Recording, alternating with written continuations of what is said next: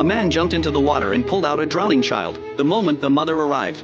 Didn't ask a single question. She slapped him across the face. In-chun watched the whole thing from nearby, and suddenly a memory from years ago came flooding back. A student's father's wife had once accused In-chun of going after her husband. She had grabbed In-chun by the hair and caused a scene right in front of the students. What she was watching now felt exactly the same. But Jae-kyu had no intention of making it a big deal. He just told the mother to take the child to a pharmacy and get some medicine. In-chun couldn't stay quiet, even if Jae-kyu was thinking about the child. That didn't mean he had to just take it. She tracked down the mother herself. The two of them went to review the security footage together. Once it was clear that Jae-kyu had jumped in to save the child, the mother apologized sincerely. Before all of this, In-chun and Jae-kyu had gone to Seoul together to look for a student who had gone missing. In-chun spotted a stranger who had just made contact with the student. Jae-kyu moved to intercept him, and realized it was someone he had known years ago, but before either of them could explain, In-chun had grabbed both of them. It turned out to be a misunderstanding. The man's name was Lee Jun. He was the missing student's older brother. The whole trip had been cleared with their parents in advance. Everyone had no choice but to let it go and head back. On the way,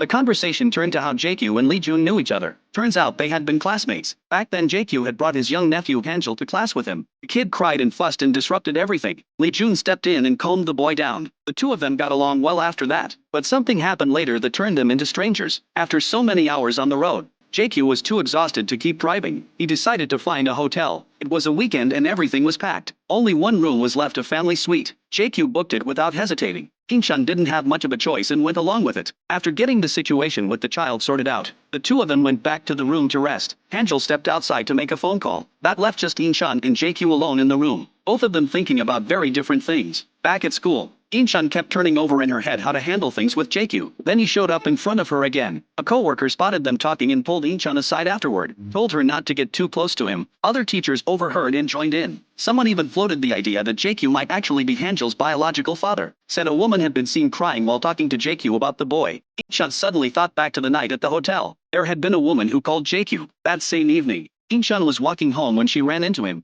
Jae-kyu came over and held his umbrella out over her. When she got closer, she realized he was actually trying to rescue a cat that had gotten stuck. It turned out a teacher had once spotted Jae-kyu on a hillside digging out a kitten that had been buried under debris. When they saw the kitten was hurt, the two of them rushed it to a vet. The nurse at the front desk was half asleep when they arrived. The animals in the back started getting restless all at once. A figure appeared in the doorway. When Jae-kyu filled out the intake form, he listed the two of them as husband and wife. Once they confirmed the kitten was going to be okay, the two of them went out to grab something to eat.